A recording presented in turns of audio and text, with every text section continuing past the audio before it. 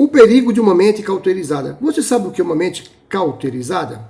Se não sabe, fica até o final do vídeo que você vai saber e qual é o perigo de uma mente cauterizada e o que é uma mente cauterizada. Graça e paz da parte do nosso Deus. Desde já peço que você dê o seu joinha. Se você não é inscrito no canal, inscreva-se no canal, compartilhe nas suas redes sociais e vamos levar a palavra de Deus ao número máximo de pessoas, porque o tempo é oportuno para tal coisa. Pois bem, o problema não é o homem ou uma mulher.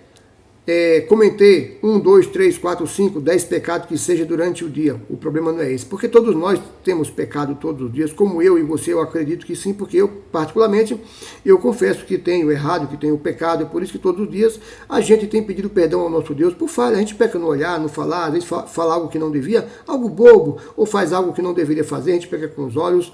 Nós somos, como eu posso dizer, pecadores, porém temos o advogado, o nosso Senhor e Salvador Jesus Cristo. O problema não é esse, o problema é a gente acreditar que o nosso erro, ele não é erro. Seria a gente transgredir uma lei, transgredir a Torá. Isso sim seria uma mente cauterizada, porque todos temos errado. Porém, nós sabemos que temos errado e temos pedido perdão ao nosso Deus mediante o Senhor Jesus. Porém, muitas pessoas têm errado e têm acreditado que o seu erro está correto. Isso é uma mente cauterizada, porque o erro sempre será erro. Uma transgressão de uma lei, por exemplo, da Torá, será uma transgressão e não tem como remediar isso. Ela sempre será errada, ela nunca será mudada numa coisa certa. Isso tem acontecido no dia de hoje, como outrora, sempre tem acontecido esse tipo de coisa. Pensando nisso, que Paulo vai estar escrevendo ali na segunda carta ao Timóteo, capítulo 4, ele vai estar orientando ali a Timóteo como se deve comportar, como que deve dirigir a igreja, para ter o máximo de cuidado. Vai estar falando o seguinte: porque virá tempos em que não suportarão a sã doutrina. O que é uma sã doutrina? É uma doutrina pura. É uma doutrina tão somente fundamentada na palavra de Deus, né, ou mediante a revelação do Espírito Santo, a qual foi dado a Paulo aqui, sem mistura nenhuma, algo puro, algo que é verdadeiro, algo que faz bem para a nossa alma e nos conduz à vida eterna, algo que não tem engano. Mas por conta disso, mais tendo comichões nos ouvidos, amontoarão para si doutores conforme suas próprias concupiscências. No dia de hoje nós temos visto isso, ou temos ouvido de boca de outras pessoas em igrejas A, B ou C, que têm pregado heresias dentro das igrejas e tem enchido as igrejas, os templos, os grandes templos, por conta desse tipo de pregação, porque tem acalhado, tem agregado ali às pessoas a mente dela. E aquilo tem sido bom, tem massageado o ego de muitas pessoas. Então, enche-se o lugar, porém é um lugar cheio de pessoas vazias, porque as pessoas amontoarão doutores, amontoarão que seja pastores ou qualquer pessoa que esteja pregando a palavra de Deus da forma que ela quer. Porque quando se prega uma sã doutrina, as igrejas geralmente tendem a esvaziar. Teria que ser justamente ao contrário. Porque eu tenho que ser atraído pela pregação que o Senhor Jesus nos ensinou, e não por pregação de homem, e não por engano, de repente, que o homem pode ter de uma forma maliciosa em sua mente, tentando encher a igreja por motivos secundários. Não estou aqui julgando, estou dando aqui, são suposições, exemplos, tá bom? E lá em Lucas 17, se você for comigo lá em Lucas 17, as palavras do Senhor Jesus vai dizer o seguinte, um pouquinho abaixo ali da parábola do rico e Lázaro, né, que o rico foi para o Hades, ele foi para o inferno, e Lázaro para o seio de Abraão. Ele vai falar na sequência, observa só. Ai, e disse aos discípulos, é impossível que não venham os escândalos, mas ai daqueles por quem vierem os escândalos, os vexames. Melhor que lhe fora que pusesse ao pescoço uma mó de atafona, ou seja, uma pedra de moinho, e fosse lançado ao mar do que fazer tropeçar um desses meus pequeninos. Olha só a preocupação e o cuidado que o Senhor Jesus tem com aqueles que o seguem. Porque tem pessoas que ela tem uma fé, como eu posso dizer, ela não tem uma fé própria. Ela depende da fé de alguém para poder andar. Mas isso é natural, Edinaldo? Sim. Porque nem todo mundo, pessoal, temos que entender isso, nem todo mundo foi chamado para ser pastor, ou nem todo mundo foi chamado para ser um diácono, não. Cada um foi chamado para uma finalidade. Porém, um pastor, ele tem uma responsabilidade muito grande. Um diácono, ele tem um presbítero, ele tem uma responsabilidade muito grande. Um bispo que seja, ele tem uma responsabilidade muito grande. Ao ponto de que ele é ameaçado aqui, mediante a palavra de Deus, que ai daquele por quem um daqueles pequenininhos, aquelas ovelhas pequenininhas, que deveria ser cuidada por aquele líder que é grande, ou pastor, e não tem sido cuidado de uma forma correta. Não tem instruído aquelas ovelhas de uma forma correta, segundo a palavra de Deus. Porém, tem pregado heresias e coisas indevidas para aquela pessoa permanecer na igreja. E o intuito de um pastor, ou de um bispo que seja, não é com que as pessoas elas permaneçam dentro da igreja. É que elas sejam a igreja de Cristo, façam parte do corpo de Cristo. E não quer dizer que eu, Edinaldo, estiver dentro de uma igreja, que de fato eu congrego numa igreja, lógico que sim, eu esteja salvo, porque eu estou dentro da igreja. Não, a salvação é algo individual. O que significa isso? Que eu tenho que estar vivendo segundo a palavra de Deus.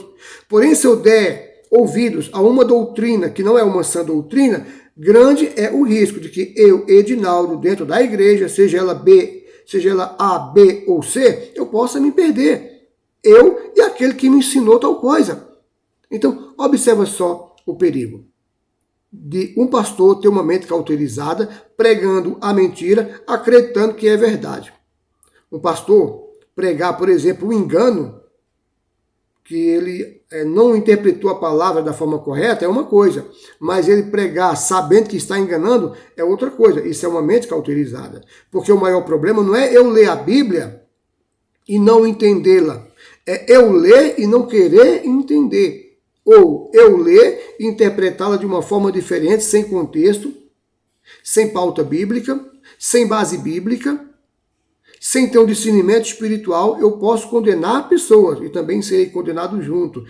Lógico, se eu tenho uma função aí de cuidar de pessoas que estão ali aos meus cuidados, não que elas são menores, elas estão aos meus cuidados, porque Cristo, sendo o maior, se fez o menor por nós. Cristo não veio para ser servido, ele veio servir. É tanto que ele deu a vida por nós. Mas também pensando nisso, Paulo aconselha lá em 2 Timóteo, capítulo 4, da seguinte forma, ele vai falar, mas o Espírito, qual Espírito? O Espírito Santo, tá? Expressamente diz que nos últimos dias apostatarão alguns da fé. Eu tenho um vídeo aqui falando sobre a apostatar da fé. Eu posso colocar aqui no card e depois você dá uma olhadinha, tá bom? Dando ouvidos a espíritos enganadores e à doutrina de demônios, pela hipocrisia de homens que falam o quê? Mentiras, tendo cauterizada a sua própria consciência. Ou seja, prega-se a mentira, sabendo que é mentira, só que quer pregar como verdade. Isso chama-se cauterizar a própria mente. E olha o perigo de cauterizar a mente pregando uma mentira, é você levar outras pessoas a acreditar numa mentira que não é verdade. Porque o pastor, o bispo, o presbítero, o diácono, que seja, que está atrás de um púlpito ou em cima do altar pregando a palavra, é de obrigação dele de levar a palavra genuína e verdadeira, conforme o Senhor Jesus Cristo ensinou para que levássemos. Nós temos que ter cuidado. O Senhor Jesus não era hipócrita, o pastor não pode ser hipócrita. O Senhor Jesus não enganava, o pastor não pode enganar. Quando eu falo pastor, significa na hierarquia que leva a palavra de Deus às ovelhas menores, tá? O Senhor Jesus, ele não pregava a palavra pensando em dinheiro. O pastor ou qualquer um da hierarquia não pode fazer isso. O Senhor Jesus não era arrogante. Então o pastor tem que copiar o Senhor Jesus em todos esses sentidos.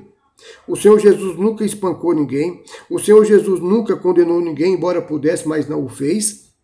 Então, esses são exemplos de homens de Deus que têm que ter esse caráter de Cristo para ter uma mente, como eu posso dizer, uma mente saudável e não uma mente cauterizada. Porque com uma mente cauterizada, eu, Edinaldo, se eu vier cauterizar outras mentes por minha mentira, que eu creio que é verdade, serei eu condenado e os demais que eu cuido. Então, a gente ser um membro de uma igreja é uma coisa, e a gente ser um pastor, a responsabilidade é bem maior. E temos que ter cuidado, porque, só para que você entenda, o Senhor Deus, o Todo-Poderoso, ele não precisa de um centavo meu para pregar a palavra de Deus. Eu posso sair na rua e pregar a palavra de Deus de uma forma em que eu não receba nada. E aquele que ouviu a palavra que saiu da minha boca também pode se converter e fazer o mesmo trabalho que eu. Isso vira uma corrente de uma forma que pode alcançar todo o mundo sem gastar nenhum centavo. É isso que nós temos que entender.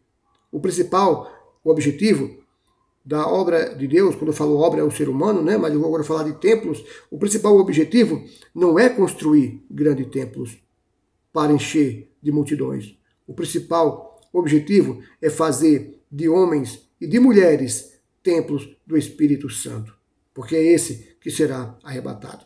Que Deus abençoe a sua vida e até quinta-feira com mais uma live lá no YouTube. Se você não me segue lá no YouTube, eu vou deixar o link aqui no final da descrição do vídeo. Você clica, vai ser redirecionado para lá. Manda um convite para mim que eu vou te aceitar, tá bom? Deus os abençoe.